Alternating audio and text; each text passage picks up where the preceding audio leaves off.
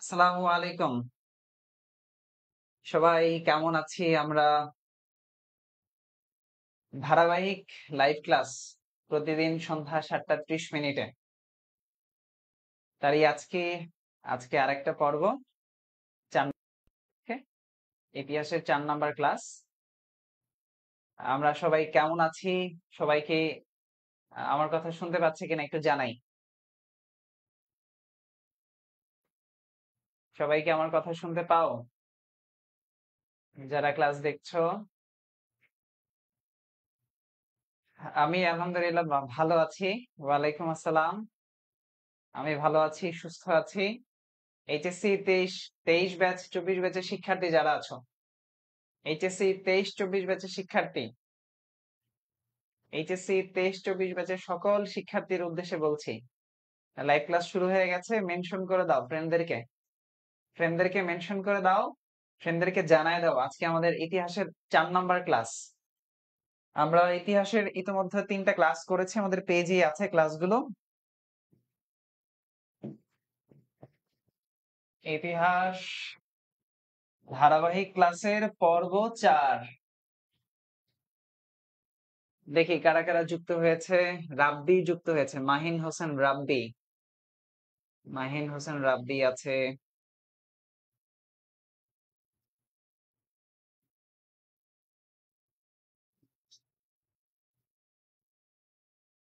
তারপর নাহিন আছে, এইচএসসি 24 ব্যাচের রাব্বি। আচ্ছা দেখি আর কে কে আছে। ফারিহা পুষ্প একজনকে করেছে। আচ্ছা আমি একটু লাইটটা কমাই দিলাম, হ্যাঁ, যেন তোমরা পেছনের বোর্ডটা ভালো করে দেখতে পাও। লাইট কমিয়ে দিয়েছে, আলো আছে যুক্ত আমাদের সাথে। আচ্ছা আমরা ইতিহাস নিয়ে আলোচনা করছিলাম, প্রাচীন রাজবংশ পর্যন্ত করেছিলাম। আমরা গত ক্লাসে মৌর্য আলোচনা করেছি, আমরা গুপ্ত বংশ নিয়ে বিস্তারিত জেনেছি, আমরা স্বাধীন গৌড় রাজ্য নিয়ে আলোচনা করেছি, আমরা শশাঙ্ক নিয়ে পড়াশোনা করলাম। একই সাথে আমরা রাজা হর্ষবর্ধনকে নিয়ে তার কথাগুলো শুনলাম। এরপরে আমরা দেখলাম যে একটা মাৎস্য ন্যায় হলো, মাৎস্য ন্যায় পড়লাম। আমরা পাল শাসনামল ধারাবাহিকভাবে শুনলাম আলোচনা। পালদের পরে দেখলাম আমরা সেন শাসনামল। আমরা দেখলাম যে সেনরা এই যে 1204 সালে ইখতিয়ার উদ্দিন মোহাম্মদ বিন বখতিয়ার খলজির কাছে পরাজিত হলো, তাই না? এই তো এই ধারাবাহিকতা আমরা পড়াশোনা করে এসেছি গতদিন, তাই তো নাকি? আমরা এই ধারাবাহিক ভাবে ক্লাস করেছি না? আমাকে একটু বলবেন যে আমরা যে গতদিন এই ক্লাসগুলো করেছি, হ্যাঁ, গতদিন যে ক্লাসগুলো করলাম, এই টপিকগুলো যে আলোচনা করলাম, এখানে কারো কোনো সমস্যা আছে? কারো কোনো সমস্যা আছে এই টপিকগুলো আলোচনায় বা বুঝতে? এই জায়গাটার সবার কনসেপ্টটাকে ক্লিয়ার হয়েছিল? এবং আমরা প্রশ্ন সলভ করেছিলাম। আমরা কি প্রশ্ন সলভ করেছিলাম না? এই সবগুলো আলোচনা করেছি, প্রশ্ন সলভ করেছি। এটাতে কোনো সমস্যা আছে? যদি সমস্যা না থাকে তাহলে একবার একটু বলে দেন যে নো কনফিউশন, কোনো কনফিউশন নাই। যদি কনফিউশন না থাকে তাহলে একটু লিখে দেন নো কনফিউশন, অথবা একটু লিখে দেন NDC, concept clear, note down, concept clear. এটা লিখে দেন, কোনো কনফিউশন নাই। এই ফাঁকে একটু বন্ধুদেরকে শেয়ার করে দেন, ফ্রেন্ডদেরকে শেয়ার করে দেন। আচ্ছা তাহলে আমরা আজকে আলোচনা করব, একটু টাইটেল করবেন আমার সাথে। টাইটেল করবেন উপমহাদেশে, উপমহাদেশে, উপমহাদেশে মুসলিম শাসন। উপমহাদেশে মুসলিম শাসন। অল্প অল্প করে পড়বো এবং সবগুলো পড়া যেন মাথায় গেঁথে যায়। যতটুকু পড়বো ততটুকু পড়া যেন মাথায় গেঁথে যায় এবং মাথায় যেন থাকে, এমন ভাবে আমরা একটু পড়বো ইনশাআল্লাহ। ঠিক আছে? আজকেই প্রথম ক্লাস করছে রুদ্র বিশ্বাস। উপমহাদেশে মুসলিম শাসন, খেয়াল করেন। এই যে আমরা সিন্ধু জানি না, সিন্ধু বিজয় হয়েছিল, তাহলে দেখেন ভারতবর্ষে এই মুসলিম শাসন আসে 712 খ্রিস্টাব্দে। একটু খেয়াল করেন, লিখবেন আমার সাথে। ভারতবর্ষে, ভারতবর্ষে, ভারতবর্ষে মুসলিম শাসন আসে ভারতবর্ষে মুসলিম শাসন আসে, ভারতবর্ষে মুসলিম শাসন আসে 712 খ্রিস্টাব্দে। কত খ্রিস্টাব্দে? 712 খ্রিস্টাব্দে ভারতবর্ষে মুসলিম শাসনটা আসলো। কত খ্রিস্টাব্দে? 712 খ্রিস্টাব্দে। আচ্ছা, এখন এই যে শাসনটা আসলো এটা কার হাত ধরে আসলো বা কার নেতৃত্বে? তখন নেতৃত্ব দিলে, এই মুসলিম শাসনের নেতৃত্ব দিলেন মোহাম্মদ বিন কাসিম। তাহলে কার হাত ধরে বা কার নেতৃত্বে মুসলিম শাসন আসলো? মোহাম্মদ মোহাম্মদ বিন মোহাম্মদ বিন কাসিমের নেতৃত্বে, মোহাম্মদ বিন কাসিমের নেতৃত্বে। কত খ্রিস্টাব্দে? 712 খ্রিস্টাব্দে মোহাম্মদ বিন কাসিমের নেতৃত্বে উপমহাদেশে মুসলিম শাসনের আগমনটা ঘটলো। আচ্ছা, এখন তিনি যে উপমহাদেশে মুসলিম শাসনটা করবেন, একটু মন দিয়ে শোনো। এই যে মুসলিম শাসনটা যে করবেন, তিনি তো কিছু একটা আক্রমণ করছে, এই সিন্ধু আক্রমণ করেছিল, ঠিক আছে? তাহলে এই মোহাম্মদ বিন কাসিম তিনি কি করেছিলেন? সিন্ধু আক্রমণ করেন। তিনি কি করেন? সিন্ধু আক্রমণ করেছিলেন, আক্রমণ করেন। তিনি কি করেন? সিন্ধু আক্রমণ করেছিলেন। এখন এই যে সিন্ধু আক্রমণ তিনি করলেন 712 খ্রিস্টাব্দে, যে সিন্ধু আক্রমণ করলেন, সিন্ধুর যে একটা রাজা ছিল, সিন্ধুর একটা রাজা ছিল, সেই সিন্ধু রাজার নাম ছিল দাহির। রাজা কে ছিল? দাহির। তাহলে এই যে সিন্ধু রাজা, এই যে রাজা, এই রাজা দাহিরকে তিনি পরাজিত করেন। সিন্ধু রাজা দাহিরকে পরাজিত করেন। তাহলে সিন্ধু রাজা দাহিরকে পরাজিত করেন কে? মোহাম্মদ বিন কাসিম। এখন তিনি সিন্ধু আক্রমণ করতে গিয়ে যেই শহরে উপস্থিত হয়েছিলেন, যে শহরে উপস্থিত হয়েছেন, যে শহরে উপস্থিত হন সর্বপ্রথম, তিনি সিন্ধু আক্রমণ করতে গিয়ে যে শহরে উপস্থিত হয়েছিলেন সর্বপ্রথম, সেই শহরটার নাম হচ্ছে দেউল শহর। সিন্ধুর দেউল শহর বা সিন্ধুর দেবল শহর। কি শহর? দেবল শহর। সিন্ধুর দেবল শহর। সেই শহরটার নাম কি? সিন্ধুর দেবল শহর। দেবল শহর। এই দেবল শহরে তিনি সর্বপ্রথম উপস্থিত হন। তাহলে খেয়াল করে, 712 খ্রিস্টাব্দে মোহাম্মদ বিন কাসিমের নেতৃত্বে ভারতবর্ষে মুসলিম শাসনের আগমন ঘটলো। কার? মুসলিম শাসনের আগমন ঘটলো। তিনি সিন্ধু রাজা দাহিরকে পরাজিত করলেন। এই দাহিরকে পরাজিত করতে গিয়ে তিনি সিন্ধুর যে শহরটাতে সর্বপ্রথম উপস্থিত হয়েছিলেন তার নাম হলো সিন্ধুর দেবল শহর। কি শহর? সিন্ধুর দেবল শহর। কি শহর নাম? সিন্ধুর দেবল শহর। শহরটার নাম কি? সিন্ধুর দেবল শহর। এখন এই যে মোহাম্মদ বিন কাসিম, তিনি আসলে কে ছিলেন? একজন মুসলিম বিজেতা তিনি। যেহেতু তিনি কি করলেন? অভিযান পরিচালনা করলেন, তাই না? তিনি অভিযান পরিচালনা করলেন না? তাহলে আমি কি বলতে পারি না যে ভারতবর্ষের প্রথম মুসলিম শাসন পরিচালনাকারী বা ভারতবর্ষের প্রথম মুসলিম অভিযান পরিচালনাকারী, আমি এই কাসিমের সম্পর্কে কি বলতে পারি যে এই কাসিম হলেন ভারতবর্ষের ভারতবর্ষের প্রথম মুসলিম মুসলিম অভিযান পরিচালনাকারী, প্রথম মুসলিম অভিযান পরিচালনাকারী। আমি কি এর কথা বলতে পারি না? অবশ্যই বলতে পারি। তিনি প্রথম মুসলিম অভিযান পরিচালনাকারী কে? এই মোহাম্মদ বিন কাসিম। আচ্ছা, বা প্রথম মুসলিম শাসন তিনি শুরু করলেন। এখন তার আরেকটা পরিচয় আছে। তার পরিচয় আরেকটা কি? তিনি এই যে যখন উমাইয়া খলিফা রাজত্বকাল ছিল, তখন এই ইরাকের যে গভর্নর হাজ্জাজ বিন ইউসুফ, ইরাকের গভর্নর হাজ্জাজ বিন ইউসুফ কে? ইরাকের গভর্নর তখন ছিলেন হাজ্জাজ। এই যে হাজ্জাজ বিন ইউসুফ, এই হাজ্জাজ বিন ইউসুফের জামাতা ছিলেন তিনি। এই হাজ্জাজ বিন ইউসুফের জামাতা, জামাতা জামাতা মানে মেয়ের জামাই, হ্যাঁ, এই হাজ্জাজ বিন ইউসুফের জামাতা ছিলেন এই মোহাম্মদ বিন কাসিম। তাহলে প্রশ্ন আসে, হাজ্জাজ বিন ইউসুফের জামাতা কে? মোহাম্মদ বিন কাসিম। হাজ্জাজ বিন ইউসুফের জামাতা কে ছিলেন?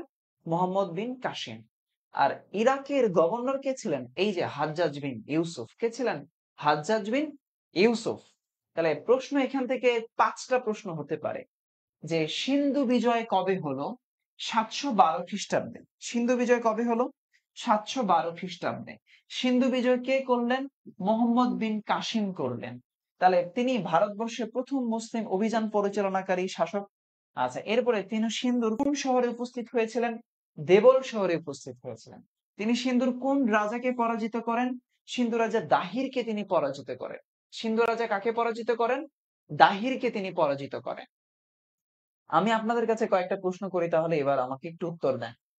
একটু সবাই আমাকে উত্তর দিবেন। আমাকে উত্তর দেন যে এই তখন সিন্ধুর রাজা কে ছিল? এই সিন্ধুর রাজা কে ছিল? তখন সিন্ধুর রাজা কে ছিল? তখন সিন্ধু রাজা কে ছিলেন? একটু উত্তর করেন। তখন সিন্ধুর রাজা কে ছিলেন? একটু সবাই উত্তর করেন তো, সিন্ধুর রাজা কে ছিলেন তখন? যদি ক্লাসে উত্তর না করেন তাহলে আপনি বের হয়ে যান।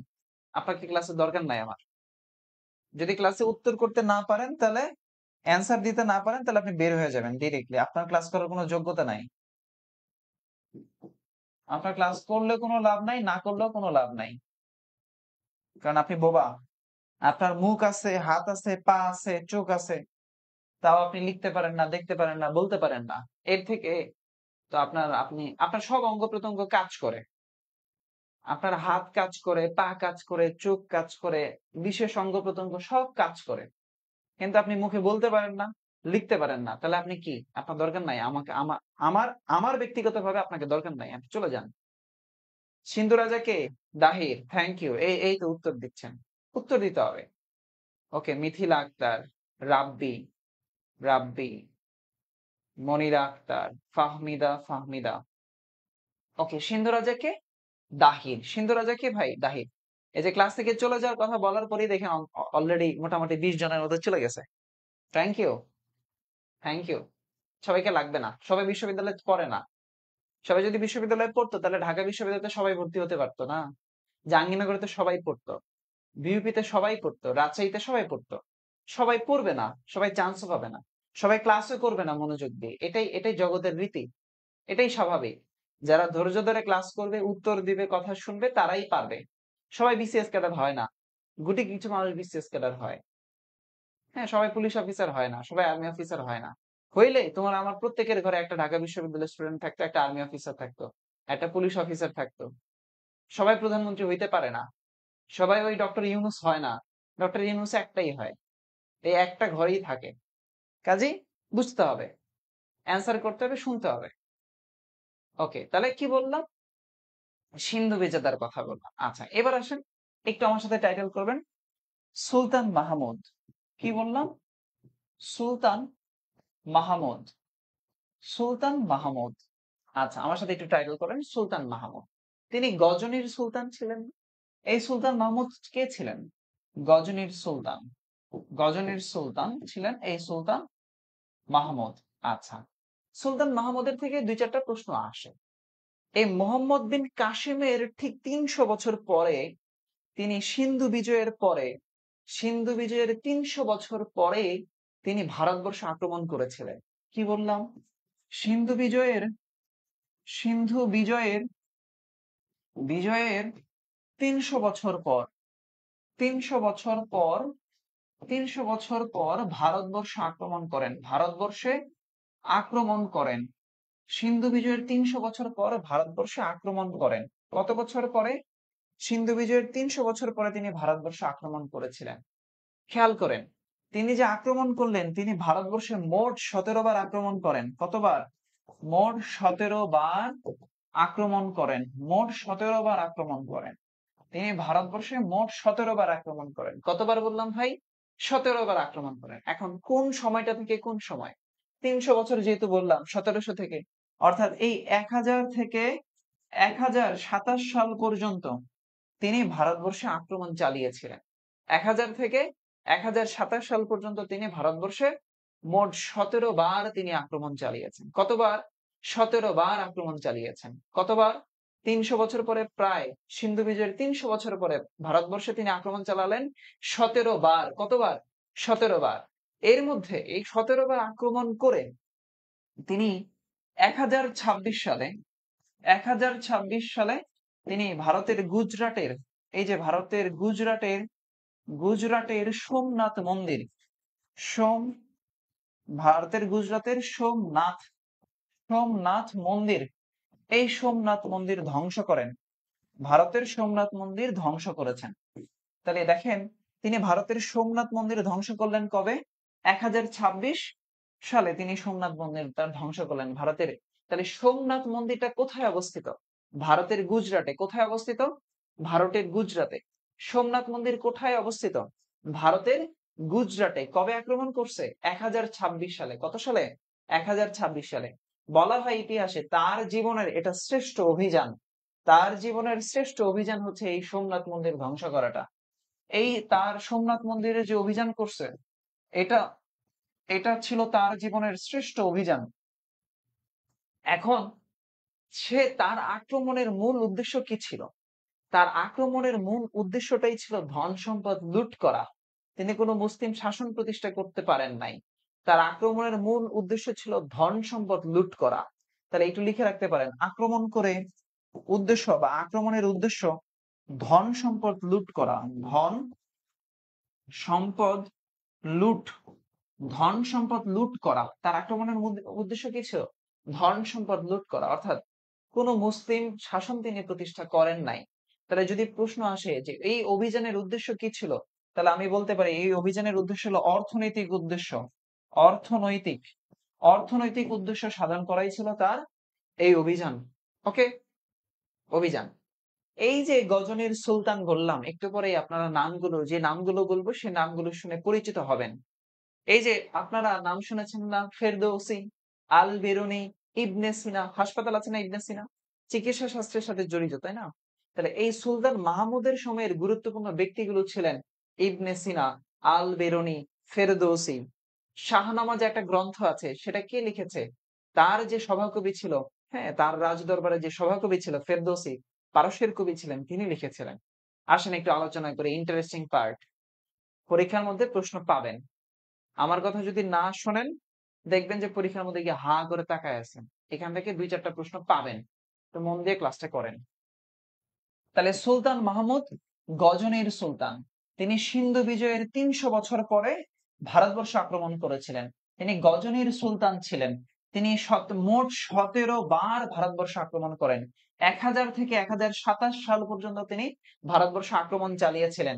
তিনি 1026-এ তার যে শ্রেষ্ঠ অভিযান বলা হয় জীবনের, সেই অভিযানের মাধ্যমে সোমনাথ মন্দিরটা তিনি ধ্বংস করেন। তার অভিযানের মূল উদ্দেশ্য ছিল ধন সম্পদ লুট করা। তার অভিযানের মূল উদ্দেশ্যটা ছিল অর্থনৈতিক। তিনি কোনো মুসলিম শাসন প্রতিষ্ঠা করতে পারেন নাই বা করেননি। আসেন এবার একটু লিখবেন, এবার একটু লিখবেন খেয়াল করে।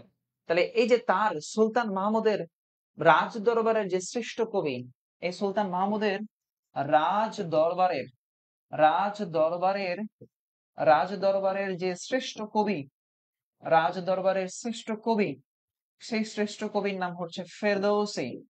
ফেরদৌসি, তার রাজ দরবারের শ্রেষ্ঠ কবির নাম হলো ফেরদৌসি। কি নাম? ফেরদৌসি। এবং এই ফেরদৌসি হচ্ছেন পারস্যের কবি। তিনি ছিলেন পারস্যের কবি ফেরদৌসি। ফেরদৌসি, এই ফেরদৌসি কর্তৃক রচিত যে গ্রন্থ আছে তার নাম হচ্ছে শাহনামা। শাহনামা, শাহনামা। তার রচিত গ্রন্থের নাম হচ্ছে শাহনামা, যেটা যেটা ফার্সি ভাষায় লেখা। এই যে শাহনামা, এই শাহনামাটা ফার্সি ভাষায় লেখা। যেহেতু পারস্যের কবি তিনি, এটা ফার্সি ভাষায় রচিত। ফার্সি ভাষায় রচিত। যেহেতু তিনি পারস্যের কবি, পারস্যের ভাষা কি? ফার্সি না? ফার্সি ভাষায় এটা লিখিত হয়েছিল। ফার্সি ভাষায় লিখিত হয়েছিল, ফার্সি ভাষায়। এই ফেরদৌসি কর্তৃক শাহনামা পরীক্ষায় আসে। শাহনামা কে লিখেছে? পারস্য মানে ইরান। ইয়েস, পারস্যের, ইরানের পূর্ব নামই হচ্ছে পারস্য। ইরানের পূর্ব নাম হলো পারস্য। ঠিক আছে, লিখে রাখতে পারেন। এই যে পারস্য, এই পারস্যের বর্তমান নাম, এই পারস্যের বর্তমান নাম হচ্ছে ইরান। অথবা আমি এইভাবে বলতে পারি, ইরানের পূর্ব নাম হলো পারস্য। ইরানের পূর্ব নাম কি? পারস্য। ইরানের পূর্ব নাম হচ্ছে পারস্য।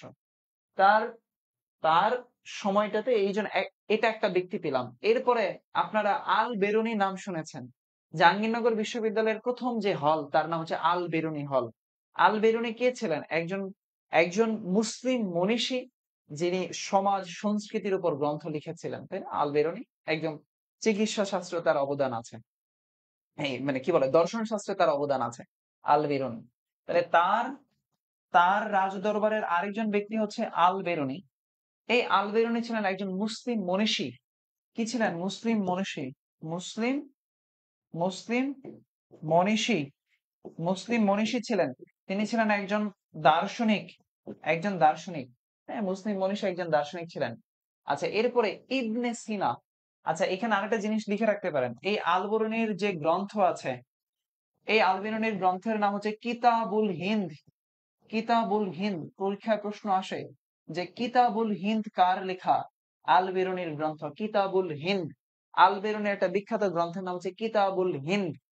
আল বেরুনির বিখ্যাত গ্রন্থের নাম কি ভাই? কিতাবুল হিন্দ। কিতাবুল হিন্দ। আল বেরুনির একটা গ্রন্থের নাম হচ্ছে কিতাবুল হিন্দ। হ্যাঁ। আচ্ছা, এরপরে আসেন ইবনে সিনা। ইবনে সিনা, কি বললাম? ইবনে সিনা। এই তার রাজদরবারের আরেকজন গুরুত্বপূর্ণ ব্যক্তি, লিখে রাখতে পারেন ইবনে সিনা, যিনি চিকিৎসা শাস্ত্রে অনেক অবদান রেখেছিলেন। ইবনে সিনা। ইবনে সিনা, দেখেন এই যে ইবনে সিনা হাসপাতাল, এখান থেকেই কিন্তু আসছেন। তিনি তার সময়ে চিকিৎসায় অবদান রাখেন। চিকিৎসায় অবদান রাখেন। ইবনে সিনা কিসে অবদান রেখেছিলেন? চিকিৎসায় অবদান রেখেছিলেন ইবনে সিনা। চিকিৎসায় অবদান রেখেছিলেন কে? এই ইবনে সিনা। চিকিৎসা শাস্ত্রে তার অবদান আছে। তাহলে দেখেন 712 খ্রিস্টাব্দে মোহাম্মদ বিন কাসিম সিন্ধু জয় করলো। সিন্ধু জয় করতে গিয়ে তিনি প্রথম সিন্ধুর দেবল শহরে উপস্থিত হয়েছিলেন এবং তিনি সিন্ধু রাজা দাহিরকে তিনি পরাজিত করেন। হাজ্জাজ বিন ইউসুফের জামাতা ছিলেন কে? এই মোহাম্মদ বিন কাসিম। তাহলে ভারতবর্ষে বা উপমহাদেশে প্রথম মুসলিম অভিযান পরিচালনাকারী ব্যক্তির নাম কে? ভারতবর্ষে প্রথম মুসলিম অভিযান পরিচালনাকারী ব্যক্তির নাম কে? মোহাম্মদ বিন কাসিম। এরপরে সুলতান মাহমুদ গজনীর সুলতান ছিলেন। তিনি ভারতবর্ষে আক্রমণ করেছেন সিন্ধু বিজয়ের 300 বছর পরে, 1000 থেকে 1027 সাল পর্যন্ত। 1026 সালে তিনি যে আক্রমণ করেছিলেন ভারতের গুজরাটে, সেখানে একটা মন্দির ছিল, তার নাম ছিল গুজরাটের মন্দির, সোমনাথ মন্দির। সেটা তিনি ধ্বংস করেছিলেন এবং তার জীবনের শ্রেষ্ঠ অভিযান সেটা ছিল। তিনি ভারতবর্ষে কোন মুসলিম শাসন প্রতিষ্ঠা করতে পারেন নাই, শুধু তিনি ধন সম্পদ লুট করেছেন। এই জন্যই বলা হয় যে তার প্রধান উদ্দেশ্য এটা ছিল, ধন সম্পদ লুট করা। এই সুলতান মাহমুদের সময়, তার সময় যারা পৃষ্ঠপোষকতা করেছিলেন, হ্যাঁ, সুলতান মাহমুদের রাজ দরবারে যারা পৃষ্ঠপোষকতা করেছিলেন, এর মধ্যে একজন হচ্ছে ইবনে সিনা, একজন হচ্ছে এই কিতাবুল হিন্দের লেখক হচ্ছে আল বেরুনি, আর একজন হচ্ছে শাহনামা গ্রন্থের লেখক হচ্ছে ফেরদৌসি, পারস্যের কবি। তাদের প্রশ্ন আসে, পারস্যের কবি শাহনামা, পারস্যের কবি এই যে ফেরদৌসি কি গ্রন্থ লিখেছিলেন? শাহনামা এই গ্রন্থটা লিখেছেন। পরীক্ষার মধ্যে এখান থেকে কোশ্চেন পাবেনি প্রাচীন ইতিহাসে। যারা আমার প্রাচীন ইতিহাসের 3টা ক্লাস দেখেন নাই তারা দেখতে পারবেন, আমাদের পেজে লাইভ আছে, লেকচার 1, 2, 3। আমি এটা ধারাবাহিকভাবে পুরো টানা অ্যাডমিশন পর্যন্ত ক্লাস নিতে থাকবো, ফ্রি ক্লাস। ওকে, বলেন নোট ডান কিনা? একটু আমাকে বলেন তো, নোট ডান কিনা? যতটুকু পড়ালাম ততটুকু নোট ডান কিনা? নোট ডান। নোট ডান। এটার কনসেপ্টটা ক্লিয়ার? এটার কনসেপ্টটা ক্লিয়ার? নোট ডান হলো, কনসেপ্ট ক্লিয়ার হলো কিনা? নোট ডান এবং কনসেপ্ট ক্লিয়ার হলো কিনা বলেন? একটু উত্তর করবেন। NDC, note done, concept clear. Note done, concept clear. Thank you, আপনারা অনেক ভালো।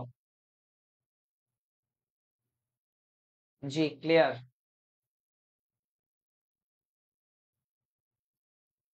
মাত্র কয়েকজন বললো। ওকে, আমরা চলে আসি এর পরের টপিকে, আলোচনায় যেটা আমরা করতে চাই, খেয়াল করেন। এরপরে আমরা একটু সংক্ষেপে আলোচনা করব তরাইনের যুদ্ধ। একটু আমার সাথে টাইটেল করবেন, তরাইনের যুদ্ধ। তরাইনের যুদ্ধ। তরাইনের যুদ্ধ। আচ্ছা, আপনারা একটা জিনিস লিখে রাখতে পারেন, পরীক্ষায় হয়তো এই প্রশ্নটা চলে আসতেও পারে। সেটা কি জানেন? আরো অনেকগুলো তথ্য দিতে মন চায়, কিন্তু আপনাদের আচরণের কারণে মন চায় যে অল্প অল্প পড়াই। আপনারা মাঝে মাঝে রেসপন্স করেন না। এই যে দেখেন, ফেরদৌসি বললাম না, এই যে ফেরদৌসি, এই ফেরদৌসিকে বলা হয় কিন্তু প্রাচ্যের হোমার। পরীক্ষায় প্রশ্ন আসতেই পারে যে প্রাচ্যের হোমার বলা হয় কাকে? ফেরদৌসিকে। প্রাচ্যের হুমার বলা হয় কাকে? ফেরদৌসিকে, যিনি সভাকবি ছিলেন সুলতান মাহমুদের। লিখে রাখতে পারেন ওখানে। এরপরে এই যে আল বেরুনির কথা বললাম, এই যে আল বেরুনির কথা বললাম, আল বেরুনি, তার নামে যে জাহাঙ্গীরনগরে হল আছে এটা তো জানেনই, জাহাঙ্গীরনগরের প্রথম হল। তিনি একজন দার্শনিক, একজন জ্যোতির্বিদ, এবং তাকে বলা হতো জ্ঞানের সমুদ্র। আল বেরুনিকে বলা হতো জ্ঞানের সমুদ্র। কি বলা হতো? জ্ঞানের সমুদ্র। জ্ঞানের সমুদ্র বলা হতো তাকে।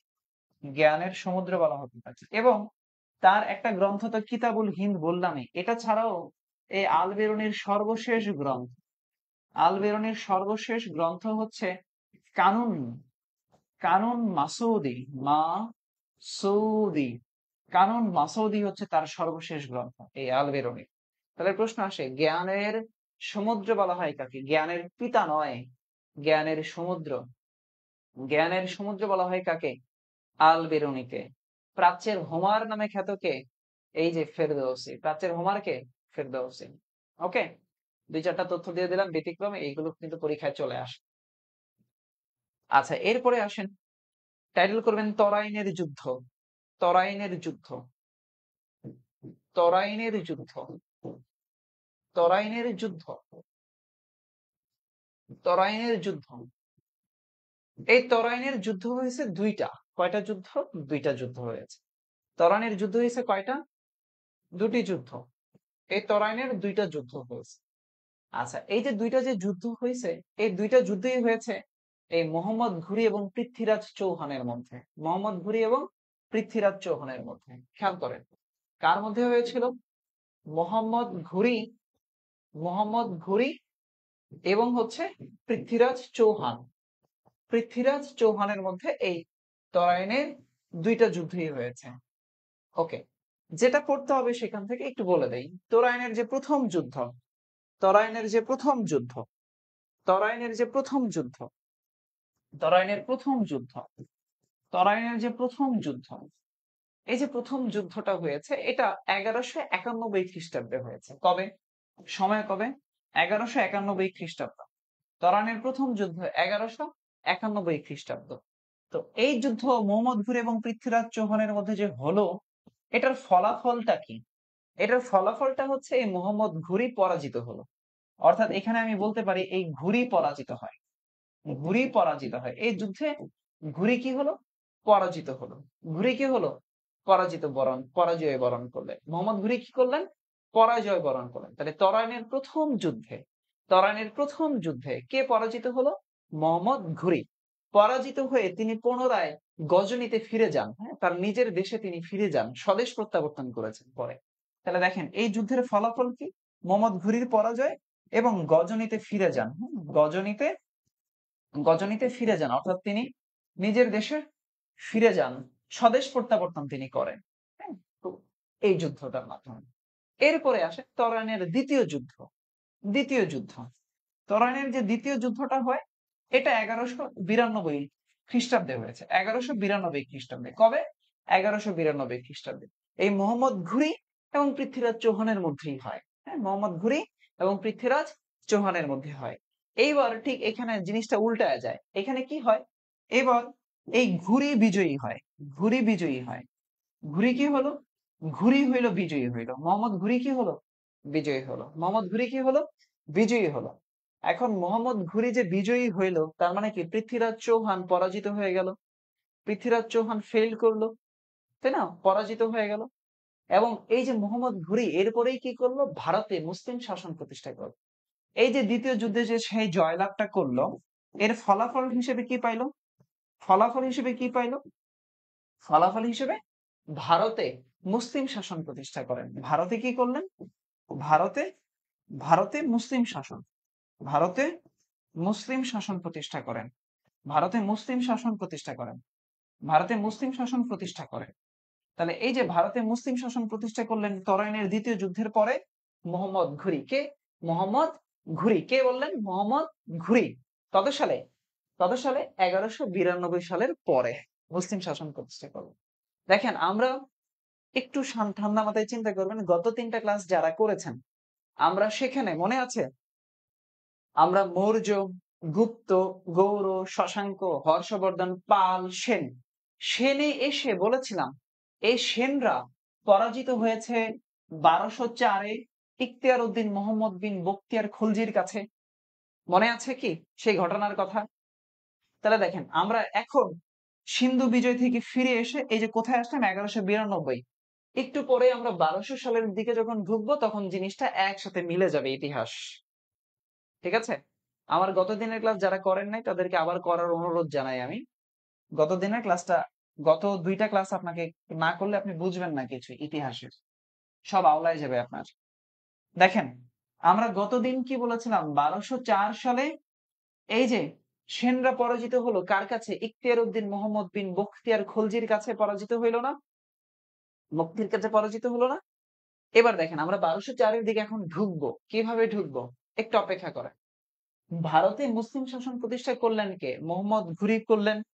মোহাম্মদ ঘুরি করলেন। তাহলে যদি প্রশ্ন আসে, উপমহাদেশের সর্বপ্রথম স্থায়ী সাম্রাজ্য প্রতিষ্ঠা করেন কে? মোহাম্মদ ঘুরি। উপমহাদেশের সর্বপ্রথম স্থায়ী সাম্রাজ্য প্রতিষ্ঠা করেন কে? মোহাম্মদ ঘুরি। কে? মোহাম্মদ ঘুরি। ক্লিয়ার? বলেন এতটুকু ক্লিয়ার? এতটুকু ক্লিয়ার? এতটুকু ক্লিয়ার হয়েছেন? এখানে যতটুকু বললাম ততটুকু ক্লিয়ার হয়েছেন কিনা বলেন? ক্লিয়ার হয়েছেন? তাহলে উপমহাদেশে স্থায়ী মুসলিম শাসন প্রতিষ্ঠা করলেন কে? সাম্রাজ্য স্থাপন করলেন কে? মোহাম্মদ ঘুরি। কে? মোহাম্মদ ঘুরি।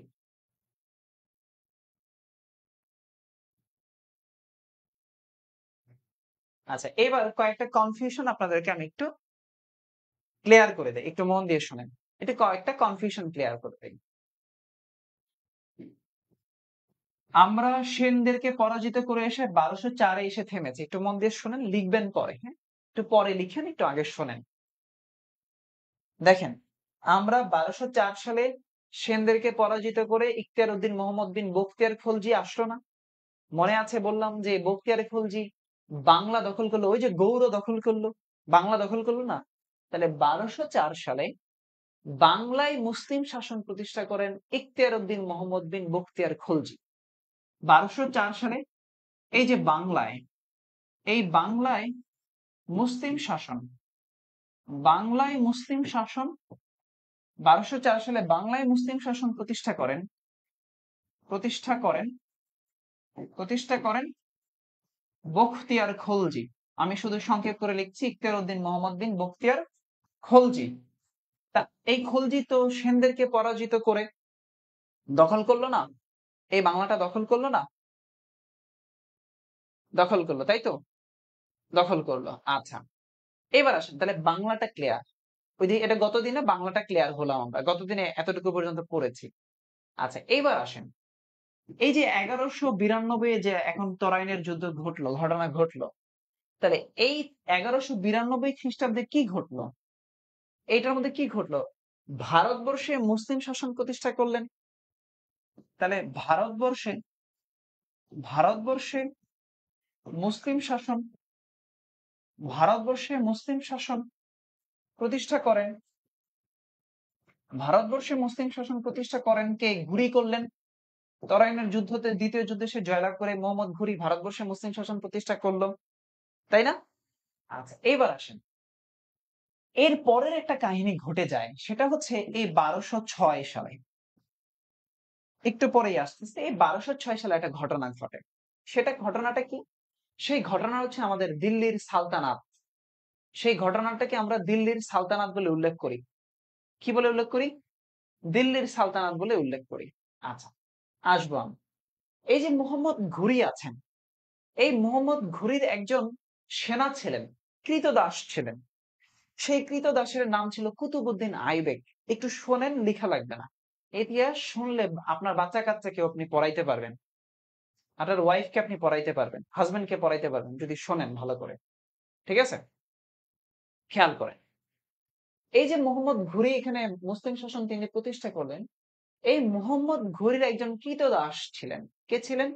কৃতদাস ছিলেন বা সেনা ছিলেন, নাম ছিল কুতুবউদ্দিন আইবেক। এই কুতুবউদ্দিন আইবেকের তার জীবনের প্রথম কাজই ছিল এই মোহাম্মদ ঘুরিকে সহায়তা করা, তার সেনা হিসেবে কাজ করা, তার কৃতদাস হিসেবে কাজ করা। এরপরে এই 1192 এর পরে এই মুহাম্মদ ঘুরি এই উপমহাদেশের দায়িত্বটা পালন করেন, তার কাছে ক্ষমতা চলে আসে। অর্থাৎ এরপরে মোহাম্মদ ঘুরির কাছ থেকে যখন এই উপমহাদেশের দায়িত্ব ক্ষমতা পান কুতুবুদ্দিন আইবেক, তখন তিনি একটা জিনিস পরিচালনা শুরু করলেন, সেটার নাম হলো দিল্লির সালতানাত, যেটা প্রায় 320 বছর স্থায়ী ছিল। কি নাম ছিল? দিল্লির সালতানাত।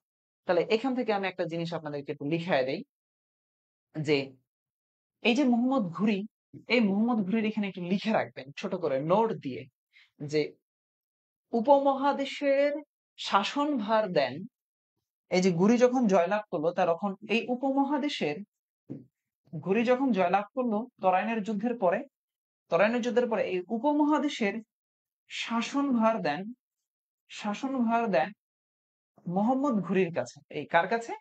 এই কি বলে, কুতুবুদ্দিন আইবেকের কাছে। কুতুবুদ্দিন আইবেকের কাছে।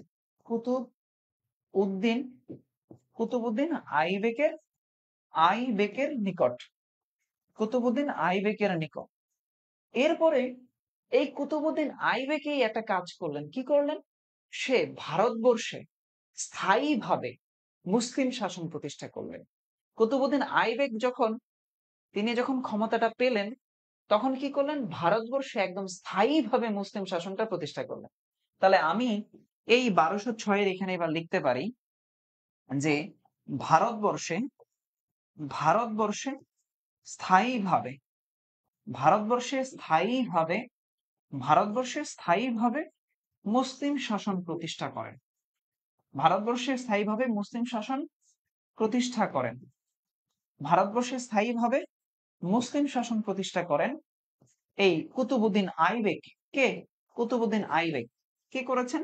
কুতুবুদ্দিন আইবেক করেছেন। ভারতবর্ষে স্থায়ীভাবে মুসলিম শাসন করলেন কুতুবুদ্দিন আইবেক 1206 সালে। এখানে এই তিনটা প্রশ্নই পরীক্ষায় আসে এবং আমরা খুবই কনফিউজড হয়ে যাই। এই তিনটা প্রশ্ন আসে, বাংলায় মুসলিম শাসন কে করলেন? একদম ডিরেক্টলি অ্যান্সার হয়ে যাবে ইখতিয়ারউদ্দিন মোহাম্মদ বিন বখতিয়ার খলজি। অ্যান্সার। এইবার এই দুইটার মধ্যে কনফিউশন আসে, যে ভারতবর্ষে মুসলিম শাসন প্রতিষ্ঠা করেন হচ্ছে কুতুবুদ্দিন আইবেক, কি বলে, ভারতবর্ষে মুসলিম শাসন প্রতিষ্ঠা করেন হচ্ছে মোহাম্মদ ঘুরি, কিন্তু ভারতবর্ষে স্থায়ীভাবে মুসলিম শাসন প্রতিষ্ঠা করলেন কে? এই কুতুবুদ্দিন আইবেক। মোহাম্মদ ঘুরি 1192 খ্রিস্টাব্দে তরাইনের যুদ্ধ জয়লাভ করে মুসলিম শাসন প্রতিষ্ঠা করলেন ভারতবর্ষে, এবং পরবর্তীতে তার যে সেনাপতি, তার যে কৃতদাস কুতুবুদ্দিন আইবেক, তার কাছে উপমহাদেশের ক্ষমতা হস্তান্তর করলে 1206 সালে তিনি ভারতবর্ষে স্থায়ীভাবে মুসলিম শাসন প্রতিষ্ঠা করেন। আমাকে একটু বলেন, এখন আপনাকে যদি প্রশ্ন করে যে ভারতবর্ষে স্থায়ীভাবে মুসলিম শাসন করে কে? কুতুবুদ্দিন আইবেক। যদি প্রশ্ন করে বাংলায় মুসলিম শাসন প্রতিষ্ঠা করে কে? বখতিয়ার খলজি। যদি প্রশ্ন করে ভারতে মুসলিম শাসন প্রতিষ্ঠা করেন কে? মোহাম্মদ ঘুরি। Confusion clear? বলেন কনফিউশন ক্লিয়ার?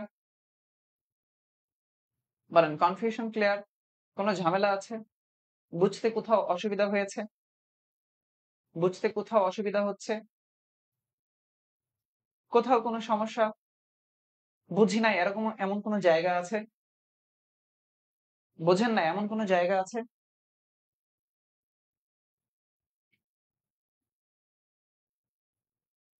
তাহলে এইবার ক্ষমতা আসছে কার কাছে? কুতুবুদ্দিন আইবেকের কাছে। অর্থাৎ এবার কুতুবুদ্দিন আইবেকের কাজকর্ম আমরা একটু দেখব। দেখেন, আমরা এই 1204 সালটাকে পোস্ট করে রাখলাম ওখানে। একটু আমার কথাগুলো মন দিয়ে শোনেন, কথাগুলো শোনেন আমি কি বলি। ক্লিয়ার? সবার ক্লিয়ার হয়েছে না? খুব আচ্ছা, কুতুবুদ্দিন পারমানেন্ট ক্লিয়ার। শ্যাম্পু। আচ্ছা আচ্ছা, আমরা এই ইখতিয়ারউদ্দিন মোহাম্মদ বিন বখতিয়ার খলজিকে আপাতত একটু পোজ করে রাখি। তিনি যেহেতু বাংলায় মুসলিম শাসন করলেন, আমরা ভারতবর্ষের এই জায়গার পার্টটা নিয়ে একটু আলোচনা করছি, একটু মন দিয়ে শোনেন। এরপরের ঘটনাটা কি হলো? দিল্লির সালতানাত শুরু হয়ে গেল। আপনি আমার সাথে একটু টাইটেল করেন, দিল্লির সালতানাত। টাইটেল করবেন, দিল্লির সালতানাত। টাইটেল করেন, দিল্লির সালতানাত। দিল্লির সালতানাত।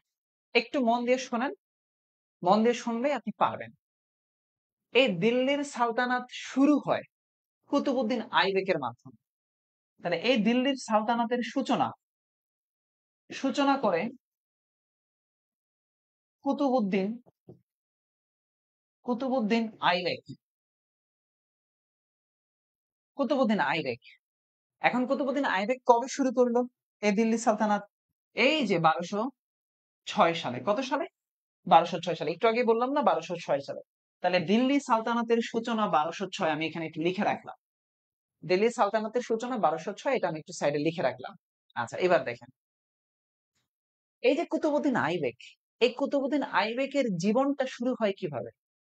এই কুতুবউদ্দিন আইবেকের জীবন শুরু এই ঘুরির কৃতদাস হিসেবে, ঘুরির কৃতদাস, মোহাম্মদ ঘুরির কৃতদাস হিসেবে। মোহাম্মদ ঘুরির কি হিসেবে তার জীবনটা শুরু হয়েছিল? কৃতদাস হিসেবে হয়েছিল। এই কুতুবউদ্দিন আইবেক ছিলেন, তিনি আবার ছিলেন তুর্কি অধিবাসী। তুর্কি তুর্কি তুর্কি অধিবাসী তিনি ছিলেন। কি ছিলেন? তুর্কি অধিবাসী ছিলেন। এখন তুর্কি অধিবাসী, এই কথা আমি কেন বলছি? এটা একটা গুরুত্বপূর্ণ কারণ আছে। কেন বলছি? কারণটা আছে, একটু পরে আমি বললাম।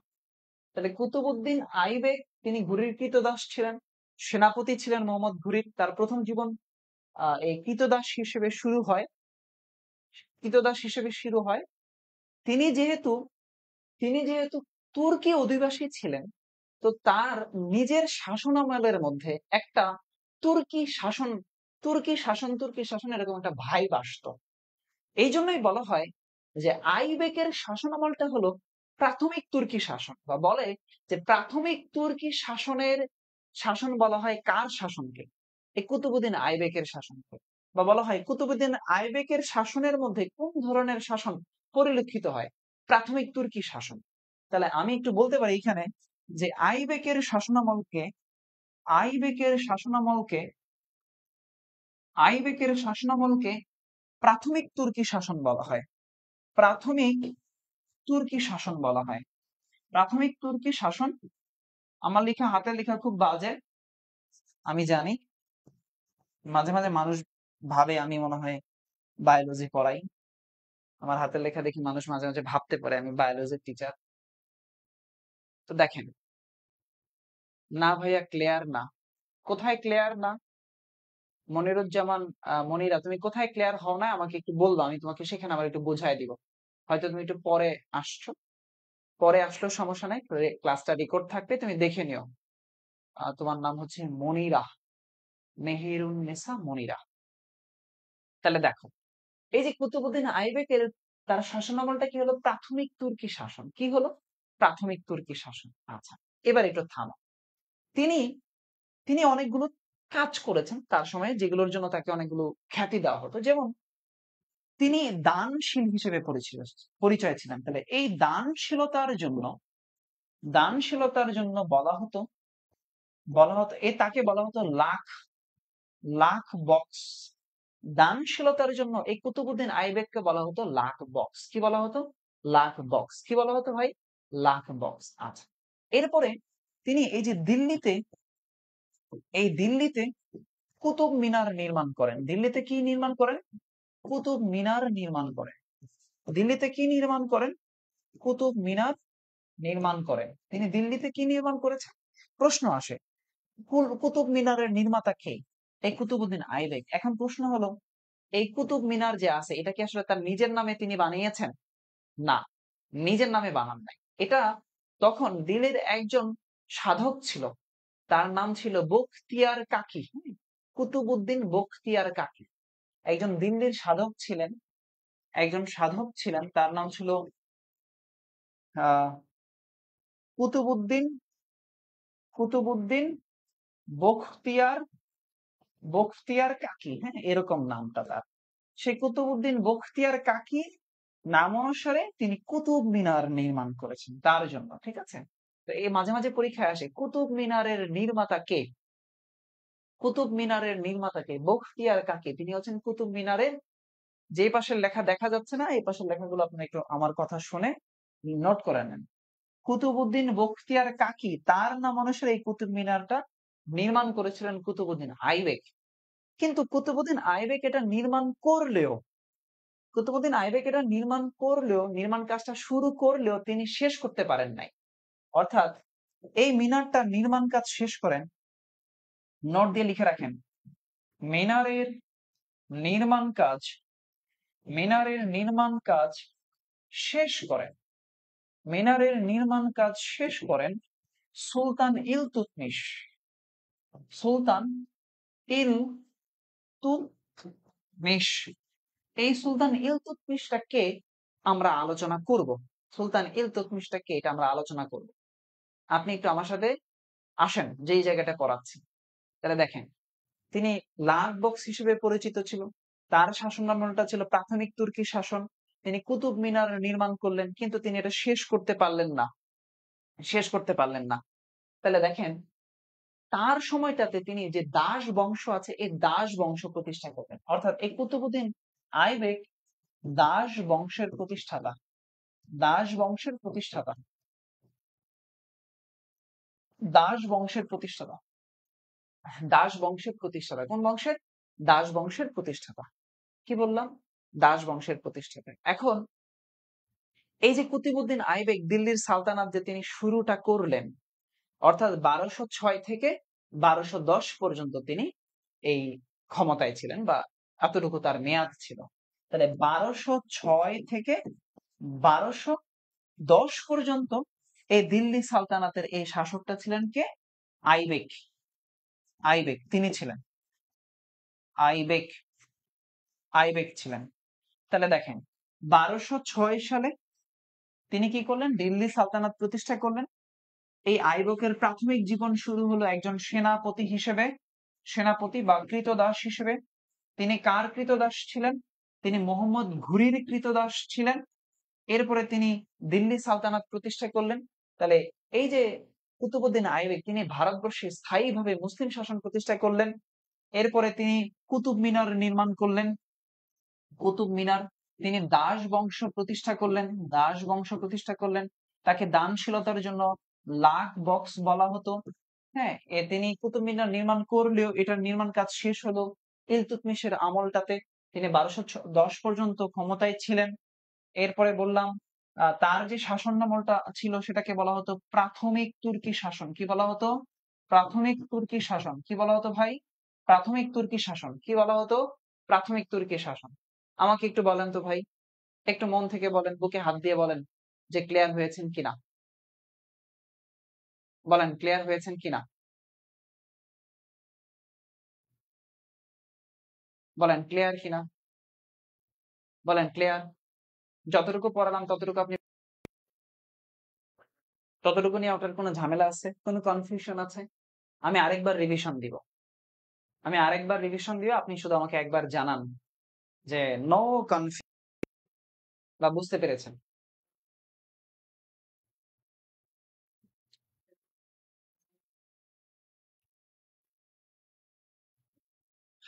দেখি, আমরা ধীরে ধীরে প্রাচীন ইতিহাস শেষ করে ফেলবো। এইচএসসি 24 ব্যাচের সকল শিক্ষার্থী, এইচএসসি 24 23 ব্যাচের যারা আছেন, 23 24 যারাই আছেন, সাধারণ জ্ঞান আপনাদের তো জন্য দরকার।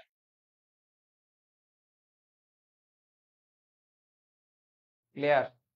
আচ্ছা দেখেন, আমি একদম পুরো টপিকটা যতটুকু বললাম, পুরো টপিকটা একবার রিভিশন দিয়ে আপনি একটু মন দিয়ে শোনেন। হ্যাঁ, ঘটনাগুলো একবার বলবো, শুনবেন, অল্প অল্প পড়বেন, মনে থাকবে। 712-তে আমরা সিন্ধু বিজয় করলাম। সিন্ধুর দেবল শহরে উপস্থিত হলো এবং সিন্ধুর মুলতানের যে রাজা, দেবল এবং মুলতান, সিন্ধুর রাজা দাহির, এই দাহিরকে পরাজিত করলেন কাসিম। কে করলেন? কাসিম, মোহাম্মদ বিন কাসিম পরাজিত করলে তিনি মুসলিম শাসনের আগমন ঘটাইলেন। ভালো কথা। এই কাসিম ছিলেন জামাতা, হাজ্জাজ বিন ইউসুফের জামাতা। তাও ভালো কথা। এরপরে আমরা সুলতান মাহমুদের কথা আলোচনা করলাম। সুলতান মাহমুদ, গজনীর সুলতান মাহমুদ ভারতবর্ষে 17 বার আক্রমণ করছে। 1000 থেকে 1027 সাল পর্যন্ত আক্রমণ করেছে। 1026 সালে ভারতের গুজরাটের সোমনাথ মন্দির ধ্বংস করেছেন।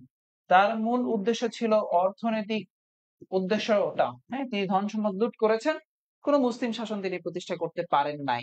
কি করলেন? কোন মুসলিম শাসন প্রতিষ্ঠা করতে পারেন নাই। হ্যাঁ, রুদ্র বিশ্বাস বলছে লেখা পড়ানোর কৌশল অনেক ভালো, কিন্তু লেখার কৌশল ভালো লাগলো না। ভাই আমি খুবই দুঃখিত যে আমার লেখা, হাতের লেখা সুন্দর না।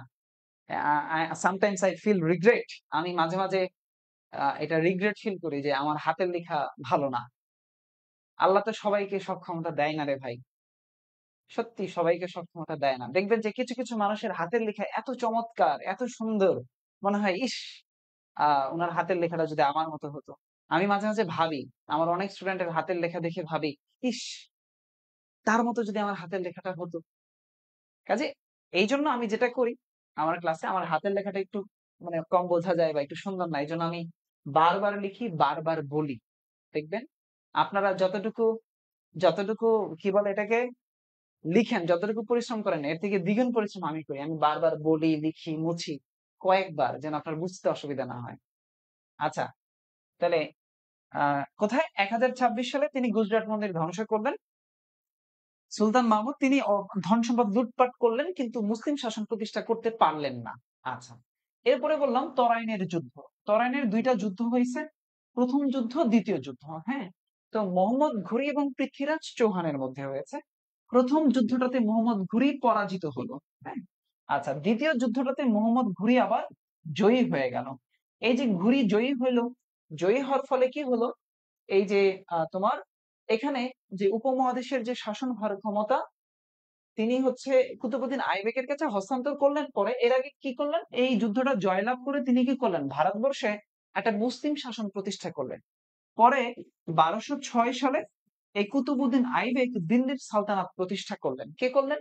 কুতুবুদ্দিন আইবেক দিল্লির সালতানাত প্রতিষ্ঠা করলেন। দিল্লির সালতানাত প্রতিষ্ঠা করার পরে তিনি দাস বংশ করলেন। তিনি হচ্ছে কুতুব মিনার নির্মাণ করলেন, যেটা কুতুব মিনার আবার নির্মাণ কাজ শেষ করলেন ইলতুৎমিশ। তার যে শাসনামলটা ছিল এটাকে বলা হতো প্রাথমিক তুর্কি শাসন, তাকে লাট বক্স বলা হতো। এরপরে তার তার মানে হচ্ছে এই ১২০৬ সালে কুতুবউদ্দিন আইবেক ভারতবর্ষে স্থায়ীভাবে মুসলিম শাসন প্রতিষ্ঠা করলেন। ক্লিয়ার? বলেন ক্লিয়ার? বলেন ক্লিয়ার? যতটুকু বললাম ততটুকু ক্লিয়ার কিনা? কোনো ঝামেলা আছে?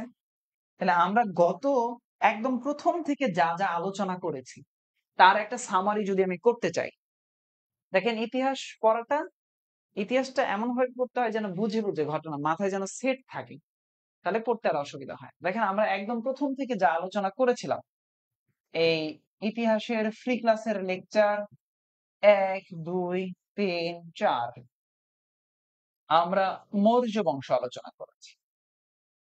এরপরে আমরা গুপ্ত নিয়ে আলোচনা করেছি।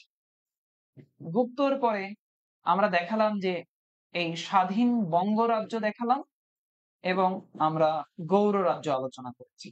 গৌড় আলোচনা করতে গিয়ে আমরা রাজা শশাঙ্ককে পেয়েছি, এবং শশাঙ্কের সমসাময়িক রাজা আমরা হর্ষবর্ধনকে পেয়েছিলাম। হর্ষবর্ধন, এখানে বিভিন্ন ঘটনাগুলো ঘটেছে। এরপরে এই শশাঙ্কের মৃত্যুর পরে আমরা দেখলাম একটা মাৎসনায় আইন শৃঙ্খলার অরাজক অবস্থা হয়ে গেল, এবং এই মাৎসনায়কে কাটিয়ে উঠলো পাল শাসন আমলের মাধ্যমে।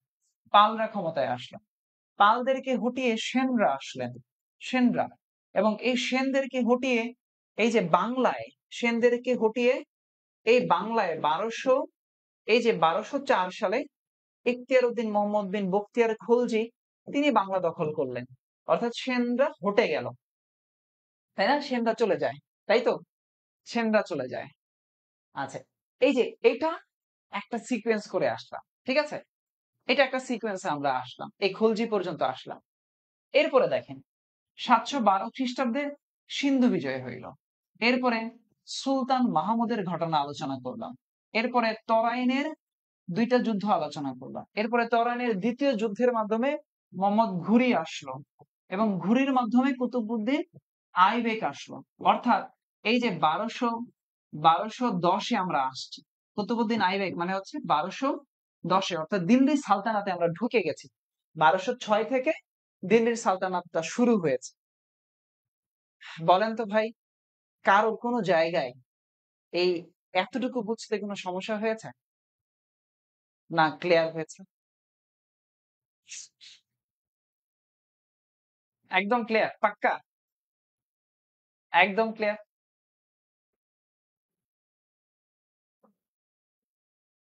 দেখি,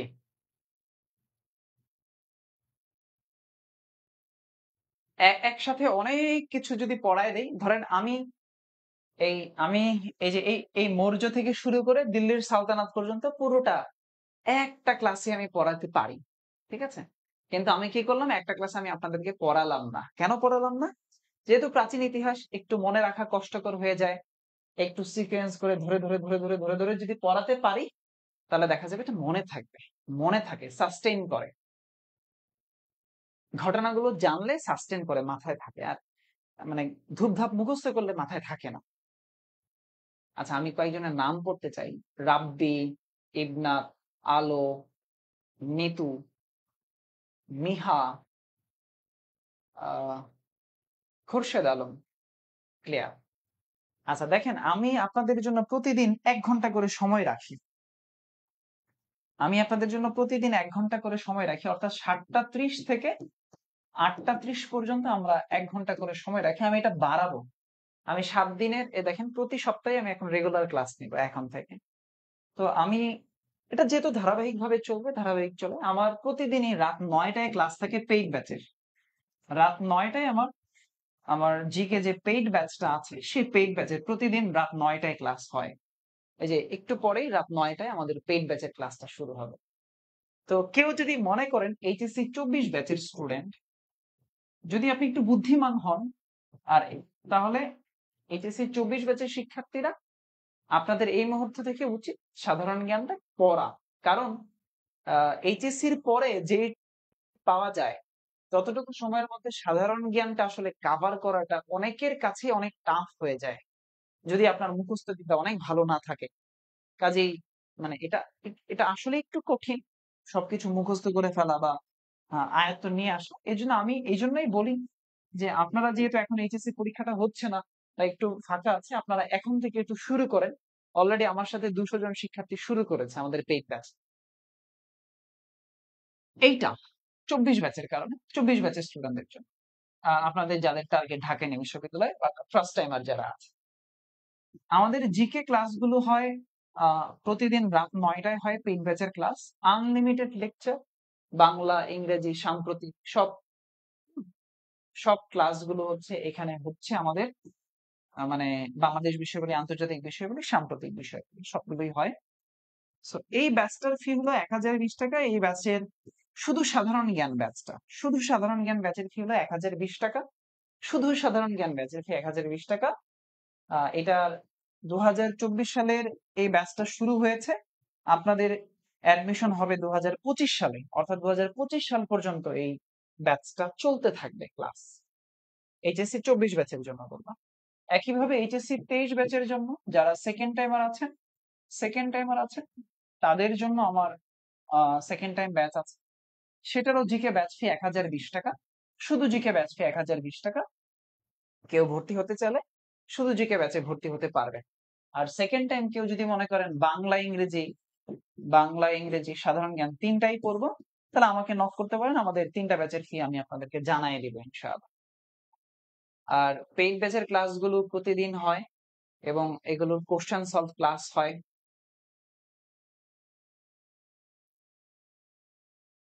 হ্যাঁ, তোমার কি বলে এটাকে, এবং আমাদের যে এক্সাম প্রসেস গুলো আছে, এই যে ফ্রি ফ্রি ক্লাসের এক্সাম বা ফ্রি আমাদের পেইড ব্যাচের যে এক্সাম গুলো আছে, সেই এক্সাম গুলো আমরা অনলাইনের মাধ্যমে নেই। অনলাইনে আমাদের যে ওয়েবসাইট আছে, সেই ওয়েবসাইটের মাধ্যমে আমরা নেই। আপনি নেগেটিভ মার্কিং সহ আপনি পরীক্ষা দিতে পারবেন। ভার্সিটিতে যেমন -2.5 করে কাটে এইভাবে। এবং রেজাল্টও দেখতে পারবেন। আমাদের রেজাল্ট দেখার সিস্টেম আছে। এবং যত পিডিএফ ম্যাটেরিয়ালস বা যা যা লাগে আমরা দিয়ে দেওয়ার চেষ্টা করি। কাজেই আমি যেহেতু মিহির বইয়ের সহযোগী লেখক, দীর্ঘদিন ধরে সাধারণ জ্ঞানটা পড়াচ্ছি, প্রত্যেকটা বিশ্ববিদ্যালয়ের প্রশ্ন অ্যানালাইসিস করে পড়াই। কেউ যদি মনে করেন যে সাধারণ জ্ঞানটা একটু ভালো করে পড়বেন, দেখেন মানে নিজে নিজে বাসায় হয়তো পড়তে পারবেন কিন্তু অনেক কিছু পড়ে ফেলতে পারবেন না। বা যেটা দরকার সেটা পড়বেন না, অন্য কিছু পড়বেন। কাজে মিসগাইডেড হয়েন না। আমার এটাই অনুরোধ, মিসগাইডেড না হয়ে শুরু করেন। কি পড়তে হবে, কি না পড়তে হবে প্রশ্ন প্যাটার্নটা ধরে বুঝে তাহলে আপনি ভালো করতে পারবেন। কারণ ধরেন আপনি যদি অচেনা কোনো একটা জায়গায় যান, সেখানে অবশ্যই একটা আপনার গাইড থাকবে। যে মানুষটা আপনাকে গাইড করে নিয়ে গন্তব্যে পৌঁছায় দিবে। একইভাবে ইউনিভার্সিটির অ্যাডমিশনটাও অচেনা পথ। হুম? আপনি বুঝতে পারছেন বাংলা, ইংরেজি, সাধারণ জ্ঞান পড়তে হবে। কিন্তু কোথায়, কিভাবে, কোন অ্যাঙ্গেলে পড়তে হবে এটা অনেকে জানে না। যার কারণে হয় কি? ভালো মার্কস পায় না। দেখেন বিশ্ববিদ্যালয়ের প্রশ্ন যে অনেক কঠিন হয় তাও কিন্তু না। কিন্তু যেটা পড়তে হবে সেটা না পড়তে পারার কারণে অনেকের কাছে মনে হয় প্রশ্ন অনেক কঠিন। এটা একটা সমস্যা। কাজেই আমি এটা বিশ্বাস করব এইচএসসি 24 ব্যাচের শিক্ষার্থীরা মিসগাইডেড হবেন না। আর এইচএসসি 23 ব্যাচের শিক্ষার্থী যারা আছেন সেকেন্ড টাইম পরীক্ষা দিবেন, আপনারাও মিসগাইডেড না হয়ে শুরু করেন। ইনশাআল্লাহ আমি আছি। এটা আমার নাম্বার 01793635815। এটাতে কল দিয়েন না, এটা হোয়াটসঅ্যাপ নাম্বার। হোয়াটসঅ্যাপে আপনি মেসেজ দিয়েন, অনলি হোয়াটসঅ্যাপে মেসেজ দিবেন 01793635815। এই নাম্বারে আপনি জাস্ট মেসেজ দিয়ে বললেন যে ভাইয়া আমি সেকেন্ড টাইমার, আমাকে সেকেন্ড টাইমার ব্যাচে অ্যাড করেন। আপনি যদি 24 হন তাহলে বলেন যে ভাই আমি 24 ব্যাচের শিক্ষার্থী, আমাকে ব্যাচে অ্যাড করে দেন, আমি ক্লাস করতে চাই। আপনাকে চান্স পাওয়ার জন্য ইনশাল্লাহ যা করার দরকার হয় আমি করব। হ্যাঁ, বুকে হাত দিয়ে বলছি, আপনাকে চান্স পাওয়ানোর জন্য যা যা করা লাগে সাধারণ জ্ঞানের ক্ষেত্রে আমি পুরোটা আপনাকে সাপোর্ট দিব। অন্তত আপনি আমার কাছ থেকে এই ব্যাচে অন্তত কমপক্ষে 6 মাস ক্লাস পাবেন। 6 মাস টানা, 6 মাস এক্সাম, ক্লাস, 24 আওয়ার্স আমার সার্ভিস আপনি পাবেন এখানে। হ্যাঁ? তো যাই হোক, সবাই ভালো থাকেন, সুস্থ থাকবেন। আগামীকাল একই সময়ে 7টা 30 মিনিটে আমরা এই দিল্লির সালতানাত পড়ানো শুরু করবো ইনশাল্লাহ, যতটুকু আমরা আগাইতে পারি। অল্প অল্প করে দেখতে থাকেন, পড়তে থাকেন। এইচএসসি 24 ব্যাচের শিক্ষার্থী। আর ঠিক রাত 9টা বাজে আমাদের পেইড ব্যাচের ক্লাস শুরু হবে আজ। আল্লাহ হাফেজ। আসসালামু আলাইকুম।